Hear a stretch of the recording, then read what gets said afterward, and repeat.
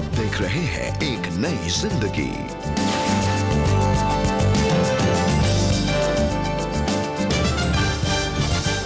नमस्कार दोस्तों, आपका स्वागत है आज की इस सुबह इस कार्यक्रम में।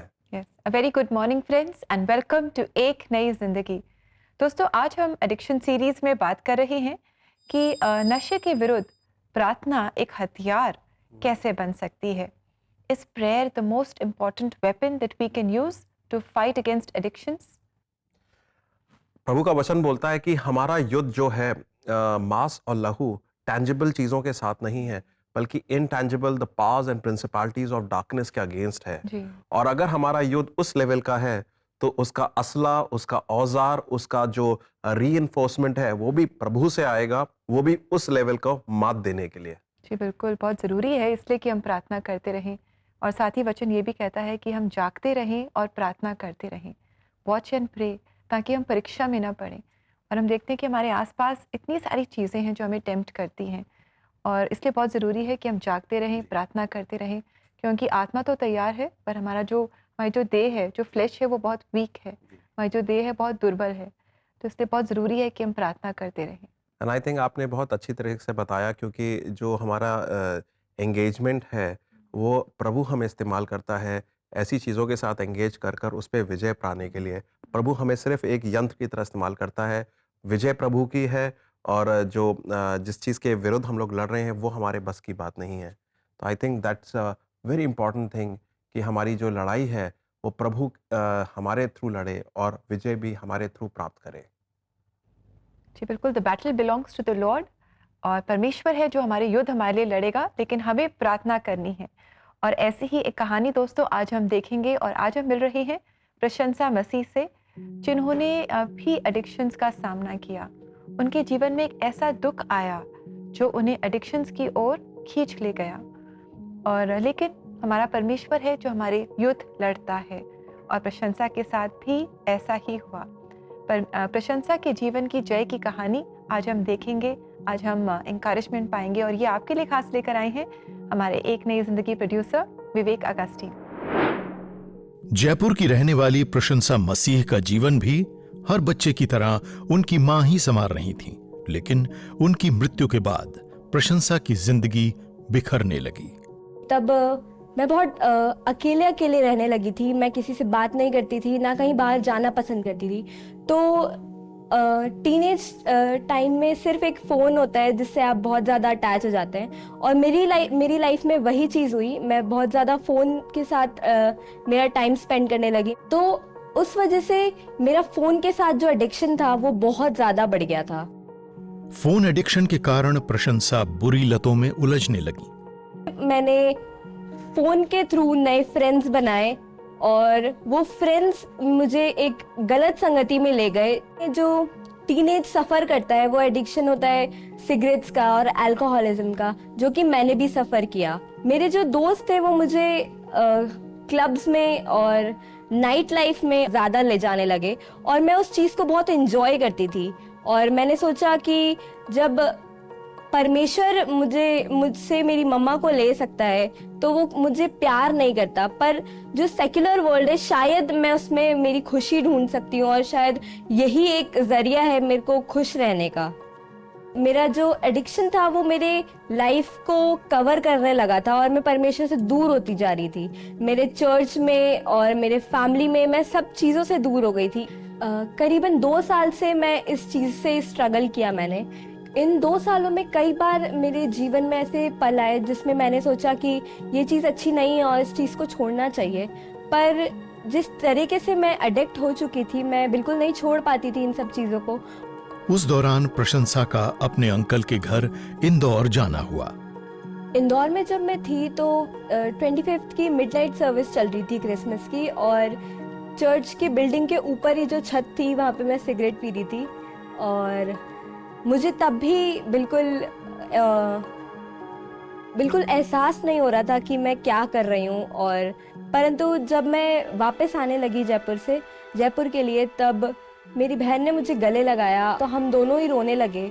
और मुझे उस टाइम ऐसा लगा कि वो हग परमेश्वर का है, और मुझे उसकी प्रेजेंस बहुत मेरे दिल तक लगी मुझे। तब उसने सिर्फ मुझसे एक ही बात कही कि मैं तेरे लिए दुआ करूँगी, और सचमुच उस दुआ ने मेरी लाइफ पे बहुत असर किया है। अब प्रशंसा ने एडिक्शन से बाहर आने का मन बना लिया था।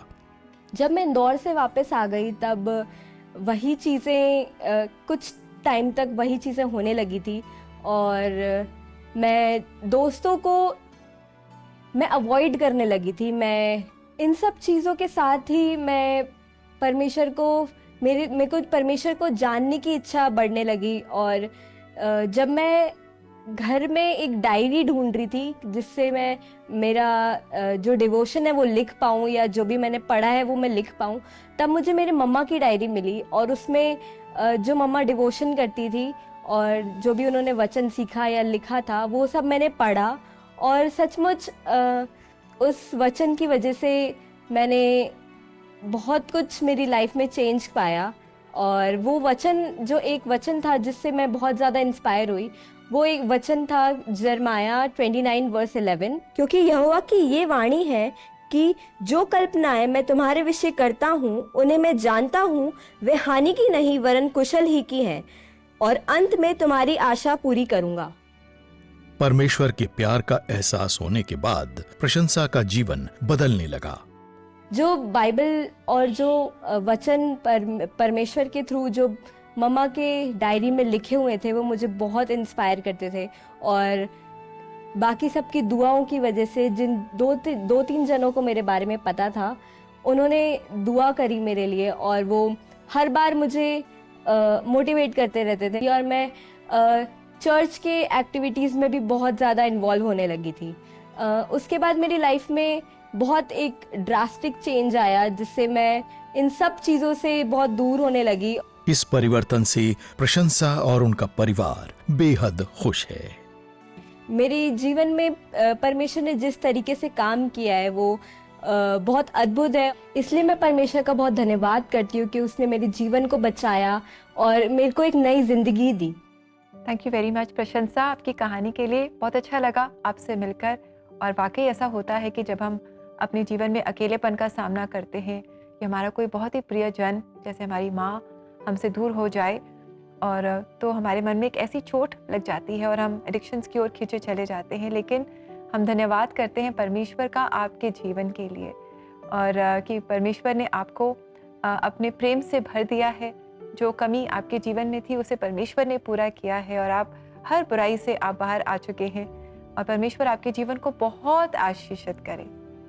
एक दफ़ा की बात है दोस्तों, एक राज्य था, एक शहर था, और उसमें जो राजा था वो उस शहर में राज्य करता था। उसका जो किला था शहर के ऊपर एक पहाड़ी पे था।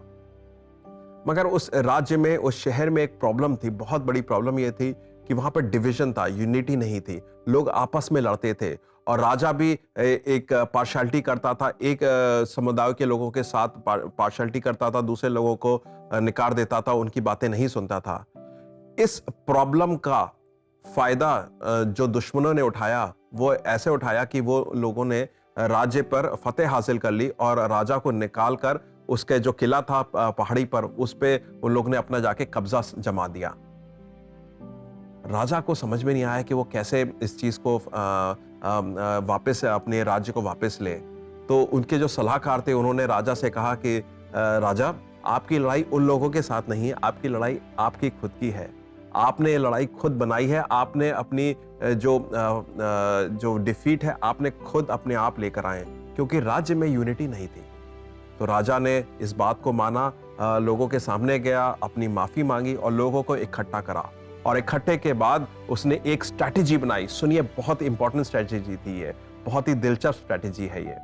उसने कहा कि एक साइड से लोग तीर चलाते रहेंगे, उस ऊपरी जो एक किला है वहां पर तीर मारते रहिएगा, ताकि उन्हें लगे कि हमारी तरफ से कोई, हमने हार नहीं मानी है, हम लगे हुए हैं। और जब वो तीर चलते रहेंगे तो वो लोग बाहर नहीं आ सकते हैं, और 4, 5, 6, 7 दिन के अंदर वो भूख की वजह से अपने हथियार छोड़ देंगे और सरेंडर कर देंगे। और हुआ भी ऐसे ही। देखा दोस्तों, राजा ने क्या करा, पहले उसने गलती मानी और लोगों को जोड़ा और उसके बाद वो अटैक करता रहा तीरों के साथ, बार बार उसने छोड़ा नहीं, 6 दिन 7 दिन 8 दिन, और उसके बाद दुश्मन ने हथियार डाल दिए और वो सरेंडर कर गया। दोस्तों, मैं और आप जो आम लोग हैं वो भी इसी स्ट्रैटेजी से विजय हासिल कर सकते हैं। प्रभु के सामने अपनी अंगीकार कर कर और प्रार्थनाओं को कभी ना छोड़ें। आइए देखें वचन हमारे से क्या बोलता है इसके बारे में। याकूब 5:16 में लिखा है, इसलिए अपने पापों को परस्पर स्वीकार और एक दूसरे के लिए प्रार्थना करो ताकि तुम भले चंगे हो जाओ। धार्मिक व्यक्ति की प्रार्थनाएं शक्तिशाली और प्रभावपूर्ण होती हैं। और इस बाइबल वर्ड्स का संदर्भ है एलाइजा, जो मेरे और आपकी तरह एक नॉर्मल व्यक्ति था। हम उसको सुपरस्टार बोलते हैं प्रभु के वचन में, मगर प्रभु का वचन खुद कहता है वो मेरे और आपकी तरह एक नॉर्मल व्यक्ति था। याकूब 5:17-18 में उसने प्रार्थना करी तो अकाल आ गया, प्रार्थना करी तो बारिश आ गई। कितना बड़ा उसने प्रकृति का सुपर नेचुरल कार्य को बदल दिया अपने प्रार्थनाओं के द्वारा। प्रभु ने उसकी बात को सुना। ऐसे ही हम प्रार्थनाओं में बने रहें, ऐसे ही हम प्रार्थनाओं में अंगीकार करें, अपनी कमी को माने और कमी को मानने के बाद प्रभु की तरफ पुकारते रहें, प्रभु जी आप इसमें हस्तक्षेप करें। देखिए बदलाव कैसे आएगा। ऐसे ही नशे से, एडिक्शन से जो कार्य में रुके हुए हैं, जो प्रभु के कार्य होने चाहिए, जहां पे प्रभु को होना चाहिए, वहां पे हम माने प्रभु आप नहीं हैं यहाँ पर, हम माफी चाहते हैं, हम पुकारते हैं कि आप यहाँ पर आएं और लगातार बने रहें प्रार्थनाओं में। आप देखिए ये परिवर्तन, ये बदलाव, ये ट्रांसफॉर्मेशन जरूर आएगा और विक्ट्री के साथ आएगा। कहीं प्रभु खाली नहीं छोड़ेगा। मैं आपसे आज गुजारिश करूंगा कि आप लोग जहां जहां पर देखते हैं नशा है, जहां जहां पर एडिक्शन है, जहां जहां पर डिफीट है, वहां पे प्रभु का नाम ले अंगीकार के साथ और पुकारते रहें, वहां पर विक्ट्री जरूर आएगी। जी बिल्कुल, प्रार्थना के द्वारा हम परमेश्वर को अपनी जंग में शामिल करते हैं और फिर हमें विक्ट्री जरूर मिलती है। दोस्तों, अगर आप अपने इन संघर्षों में काउंसलिंग चाहते हैं तो आप ज़रूर फ्री काउंसलिंग स्लॉट बुक करें CBN इंडिया की वेबसाइट पर जाकर।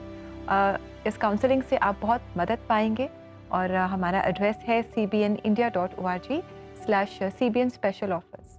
दोस्तों, काउंसलिंग के साथ साथ प्रार्थनाएं भी बहुत जरूरी हैं। जैसे आज हम बात कर रहे हैं प्रार्थनाओं के लिए, तो हमारे ENG प्रेयर लाइन नंबर 99 10 40 10 10 को याद रखिए, बहुत सरल है, 99 10 40 10 10। और समय आ गया है कि हम लेंगे एक बहुत ही छोटा सा ब्रेक और ब्रेक के बाद एक और सच्ची कहानी लेकर हम हाजिर होंगे। Stay with us, will be right back.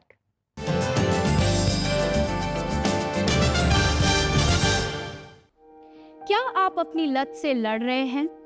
प्रार्थना में ताकत पाएं और अपने बच्चों को लत से सुरक्षित रखें। एक नई जिंदगी की प्रेयर लाइन टीम 14 और 24 सितंबर को 3 बजे CBN इंडिया के YouTube चैनल पे लाइव जा रही है।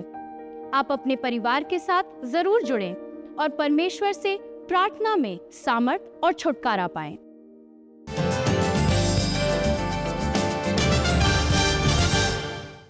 दोस्तों, आज हम बात कर रहे हैं एडिक्शन के ऊपर, और एडिक्शन के ऊपर खास तौर से कि प्रार्थनाएं कैसे हमारे एडिक्शंस को तोड़ने में संभव होती हैं, कैसे विक्ट्री देती हैं। और इसी वजह से आज हम लोग ने एक बहुत अच्छी कहानी देखी जिसमें कैसे वो विक्ट्री आई है। अब समय होगा कि हम एक और कहानी देखें। जी बिल्कुल, हम आज मुलाकात कर रहे हैं सुवर्णा बाबू से। तो आइए दोस्तों, हम इनके जीवन में भी झांकें और जानें कि कैसे ये भी एडिक्शंस में फंस गए थे। एक समय था जब इनके जीवन में बहुत पैसा आया और बहुत फेम आया और साथ ही आए बहुत सारे एडिक्शंस।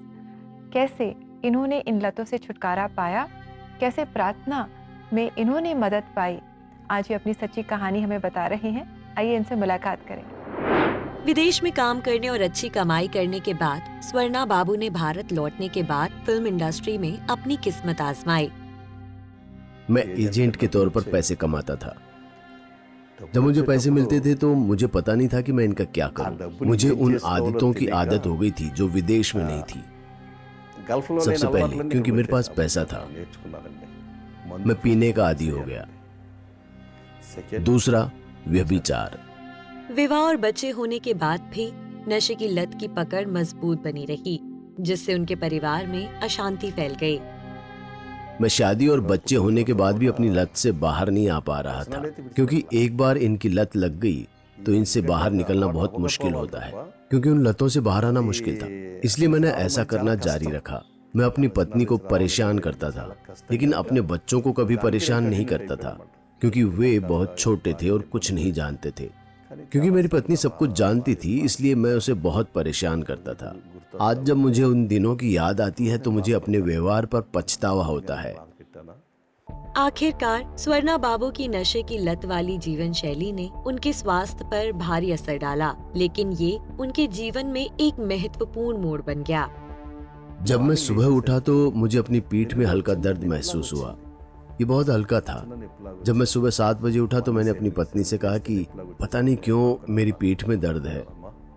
जब मैंने उसे बताया तो उसने इसे मजाक के रूप में लिया, क्योंकि वो जानती थी कि मैं किस तरह का जीवन जी रहा था।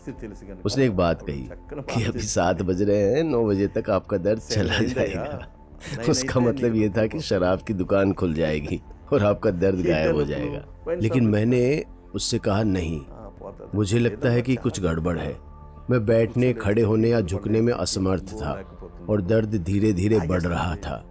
स्वर्णा बाबू के दृढ़ संकल्प ने उन्हें समाधान की तलाश में चिकित्सा सहायता लेने के लिए प्रेरित किया। उन्होंने कहा मुझे संदेह है। मैंने कहा क्या सर? उन्होंने कहा कि लगता है आपको लकवा का दौरा पड़ा है। मुझे नहीं पता, मैं निश्चित रूप से नहीं कह सकता, लेकिन बेहतर होगा कि एक बार लैब में जाकर MRI स्कैन करवा ले। मैं उस डॉक्टर के पास आया। उन्होंने आकर रिपोर्ट देखी और कहा हाँ, मेरा अनुमान सही है और आपको ये हो गया है। उन्होंने कहा मैं आपको पहले एक टैबलेट दूंगा, लेकिन दूसरी बार अगर आप सुबह 10 बजे तक 50,000 रुपए लेकर मेरे पास आते हैं तो मैं आपकी सर्जरी कर दूंगा और आपको इससे डरने की कोई जरूरत नहीं है। अब आप जा सकते हैं। उस समय उनकी पत्नी ने स्वर्णा बाबू को प्रोत्साहित किया, उनके लिए प्रार्थना की और उन्हें कलीसिया ले गईं। मेरी पत्नी आई, मेरे सिर पर हाथ रखा और प्रार्थना की। बाद में पता चला कि ये प्रार्थना थी। मैंने कहा ठीक है, आपने प्रार्थना की, लेकिन मैं चल नहीं सकता हूँ। मुझे कहना चाहिए कि उसे कोई शर्म महसूस नहीं हुई। बिना शर्म महसूस किए मैं आज की तुलना में उस वक्त बहुत ही उग्र और मजबूत हुआ करता था, लेकिन उसने मुझे पकड़ लिया और मुझे लगभग आधा किलोमीटर तक कलीसिया ले आई। पास्टर के साथ साथ उन सभी ने मेरे लिए प्रार्थना की। कलीसिया में हर कोई मेरे लिए प्रार्थना करता था। जब तक वे प्रार्थना करते रहे, मैं अनजाने में ही मन रो रहा था। मैं इतने लंबे समय तक ऐसे ही रोता रहा। जब मैं इस तरह रो रहा था तो आखिर में पास्टर ने मेरे लिए प्रार्थना की। जैसे ही पास्टर ने आमीन कहा, सचमुच जितनी मेहनत से मेरी पत्नी मुझे कलीसिया तक ले गई, मैं उतनी ही आसानी से नीचे आ गया। धीरे धीरे स्वर्णा बाबू अपनी हालत से उभर गए और वे सामान्य स्थिति में वापस आ गए। प्रार्थना की सामर्थ्य से परिवर्तित होकर स्वर्णा बाबू ने अपनी पुरानी लतों को छोड़कर एक नया जीवन अपना लिया। आज स्वर्णा बाबू का जीवन यीशु की परिवर्तनकारी सामर्थ्य का एक प्रमाण है। मैंने बहुत दुखी जीवन जिया था, तुच्छ जीवन जीता था। जब मैं नशे में होता था तो मैं यहाँ वहाँ कहीं भी गिर जाता था, सड़कों पर सोता था। लेकिन प्रभु यीशु ने मुझे ऐसे दुखी जीवन से निकाल कर बदल दिया। परमेश्वर जिन्होंने मुझे बदला है, आपको भी बदल देंगे। वो अवश्य बदलेंगे। आप जानते हैं कब? जब आप अपना हृदय परमेश्वर को देते हैं, तो अपने मुंह से अंगीकार करते हैं कि यीशु मसीह ही सच्चे परमेश्वर हैं। Thank you very much Swarna ji आपकी कहानी के लिए। Thank you. और हमने जाना कि कैसे प्रार्थना ने आपके जीवन में कितना बड़ा रोल प्ले किया और कैसे आपकी पत्नी आपके लिए प्रार्थना कर रही थी और कैसे आप प्रभु की ओर आकर्षित होते गए और आज आप पूरी तरह से हर लत से आज़ाद हैं। परमेश्वर आपको, आपके परिवार को बहुत आशीष दे।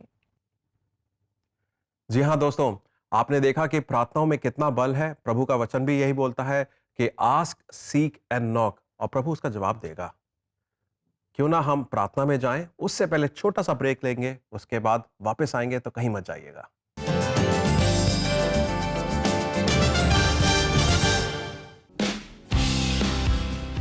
Premiering on national TV, St. Patrick's Church, Bengaluru, St. Ursula Girls High School, Nagpur, और सेंट थॉमस स्कूल गाजियाबाद से, और साथ ही अजमेर से खूबसूरत कव्वाली सुनी।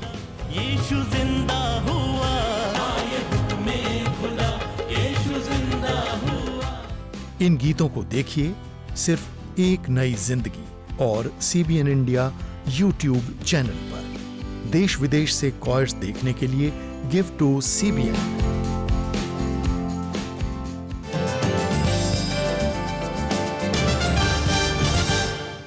वेलकम बैक दोस्तों। आज एक नई जिंदगी प्रोग्राम में हम एक बहुत ही इम्पोर्टेंट टॉपिक पर बात कर रहे हैं और वो है प्रार्थना, कि कैसे हम प्रार्थना को एक हथियार बना करके जो भी हमारी एडिक्शंस हैं इनके अगेंस्ट हम इस्तेमाल कर सकते हैं। जी हाँ दोस्तों, प्रार्थना एक हथियार है और वो हथियार प्रभु हमें सौंपता है कि हम अपना अंगीकार करें और लगातार उस हथियार को, प्रार्थना को जारी रखें। तो क्यों ना हम प्रार्थना में जाएं और आज हम वो युद्ध स्टार्ट करें। परमेश्वर, धन्यवाद देते हैं इस समय के लिए आपने जो हमें दिया है। खास तौर से प्रार्थना की एक आपने उपलब्धि हमें दी है कि हम प्रार्थना आपसे कर सकते हैं। हम आपसे रो रो के पुकार सकते हैं, हम आपसे सिर्फ बातें भी कर सकते हैं, गुहार लगा सकते हैं और अपना एक कमिटमेंट भी दे सकते हैं प्रार्थना के द्वारा। मैं यही प्रार्थना करता हूँ कि इस समय जहाँ कहीं पर भी जितने हमारे भाई बहन हैं जो एडिक्शंस में जूझ रहे हैं, अलग किस्म की परेशानियों में फंसे हैं, जहाँ पर चंगाई की आवश्यकता है वहाँ पर आपको पुकार रहे हैं मालिक, वहाँ पर जाएं आप और जो एडिक्शंस हैं और परेशानियों को तोड़ें अपने सामर्थ के द्वारा। प्रभु जी, मैं प्रार्थना करता हूं कि जैसे मूसा ने आपके जलती हुई झाड़ी को देखा था और वो वहां पर पहुंचा था और वो एक पवित्र स्थल था, उस पवित्र स्थल को मानकर हम सारे लोग आपकी उपस्थिति में आए प्रभु जी, और वहां से आप हमें तैयार कर कर भेजें जैसे मूसा गया था और बहुत सारे इज़राइलाइट्स को बाहर निकाल के लाया था बंधन से। उस तरीके से बहुत सारे लोगों को बंधनों से बाहर निकालने वाली प्रार्थनाएं बने मालिक। ये मैं प्रार्थना करता हूँ यीशु नासरी के नाम में कि सारे बंधन टूटें और इन बंधनों से बहुत सारे लोग आज़ाद हों और आपको महिमा देने योग्य बने। ये सारी प्रार्थनाएं प्रभु यीशु मसीह के नाम से मांगते हैं, आमीन। आमीन। दोस्तों, आपने जाना कि प्रभु प्रार्थना के लिए हमें बुलाता है और प्रार्थनाओं के द्वारा वो जवाब भी देता है। तो please don't give up on praying. और अब चलते हैं वचन में, देखें आज का वचन, प्रभु का वचन मुझसे और आपसे क्या बोलता है। इसलिए मैं तुमसे कहता हूँ कि जो कुछ तुम प्रार्थना करके मांगो तो प्रतीति कर लो कि तुम्हें मिल गया और तुम्हारे लिए हो जाएगा। मरकुस 11:24। जी हाँ, जब आप प्रार्थनाएं करते हैं तो आप ये जानें आप कोई व्यक्ति विशेष से नहीं कर रहे हैं प्रार्थना, या किसी संस्था से नहीं कर रहे हैं, या किसी ईमेल नहीं किसी को भेज रहे हैं। आप जिंदा जीते जागते सामर्थी प्रभु से प्रार्थना करते हैं जो आपकी प्रार्थनाएं सुनता है और उनके विल के अनुसार, उनकी इच्छा के अनुसार जो प्रार्थनाएं होती हैं वो जरूर आंसर होती हैं। और मैं तो ये कहता हूं कि सारी प्रार्थनाएं आंसर होती हैं, बस प्रार्थना में आंसर ये होता है कि हाँ, कभी कदार ना भी हमारे लिए अच्छा है और कभी कदार अभी समय नहीं हुआ है, जब समय होगा तब उसका जवाब मिलेगा। मैं उम्मीद करता हूं कि ये वचन ने आपको बहुत ज्यादा प्रोत्साहित करा हो। जी, और दोस्तों अब समय है कि हम सुनेंगे सेंट उर्सुला स्कूल की जो टीचर्स हैं उन्हें जो हमारे लिए गा रही है ये गीत मेरी हर धड़कन। तो आइए इस गीत से हम सब मिलकर आशीष पाएं। मेरी हर धड़कन पे तेरा ही नाम हो, हर सांस की हो तू वजह।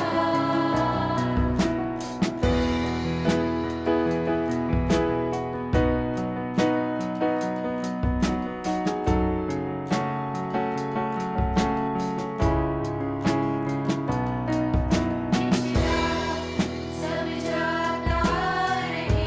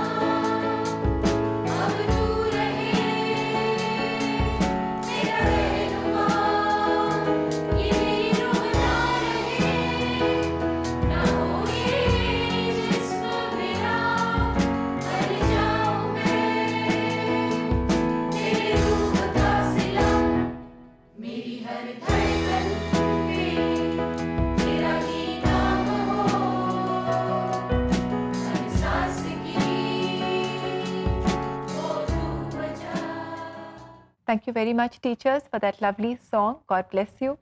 और दोस्तों, अगर आपके भी जो चर्चेज़ हैं, स्कूल्स हैं, इनकी जो कॉयर्स हैं, अगर एक नई ज़िंदगी प्रोग्राम पर आना चाहते हैं और अपने गीतों के द्वारा हम सबको आशीषित करना चाहते हैं, तो आप ज़रूर जल्दी से हमारी वेबसाइट पर जाएं और वहां अपनी कॉयर्स को रजिस्टर करें।